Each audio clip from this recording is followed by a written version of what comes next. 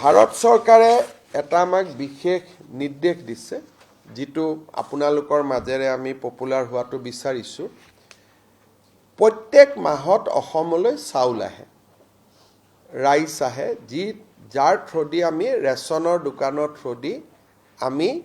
গাঁৱৰ মানুহক আমি বিতৰণ কৰো আৰু এটো প্ৰত্যেক মাহে মাহে আহে ভাৰত চৰকাৰে বিচাৰিছে যে logistic responsibility to government of ইণ্ডিয়াৰ কমি যাব লাগে যাতে they can put the energy for other important demands হেকাৰণে তেওঁলোকে আমাক অনুৰোধ কৰিছে যে 3 মাহৰ চাউল তেওঁলোকে একেলগে দি দিব অৰ্থাৎ জুন মাহত জুন জুলাই আগষ্ট এজন মানুহে 5 কেজি কৈ পায় 5 কেজিৰ পৰিৱৰ্তে আমি 15 কেজি দি দিম যাতে জুন জুলাই আগষ্ট নেক্সট সেপ্টেম্বৰত পাব সো 3 মাহৰ ন্যাশনাল ফুড সিকিউৰিটি এক্টৰ চাউল আমি জানুৱাৰীত জুনত আমি একেলগে দি দিম খালি ৰাইজে এটো ভাবিব নালাগে যে এটো ৰাইচ বাঢ়ি গল গতিকে অহা মাহতো 15 কেজি পাম তাৰ পিছৰ মাহতো 15 কেজি পাম 5 কেজি আছে কিন্তু 3 মাহৰ চাউল আমি একেলগে দি দিম আমি টিভিয়ে পত্ৰ ইয়াক আমি কৰিম ইউজুৱেলি এটা ফ্যামিলিয়ে ম্যাক্সিমাম 35 কেজি পায় 35 into 3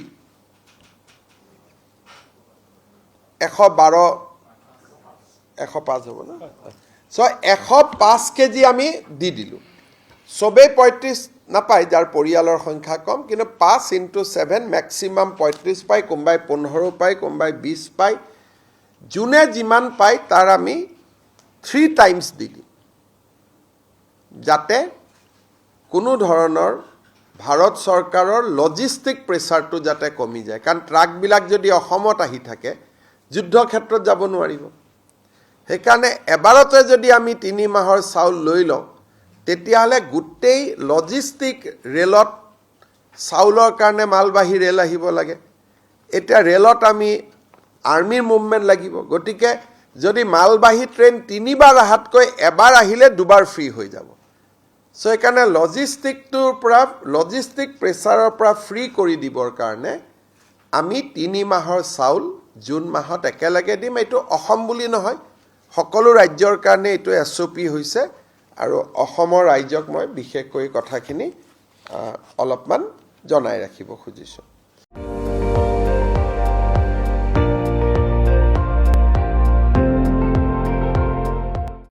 আপুনি চাই আছে ND24 সৰ্বশ্ৰেষ্ঠ নহয় সৰ্বোত্তমৰ দৌৰ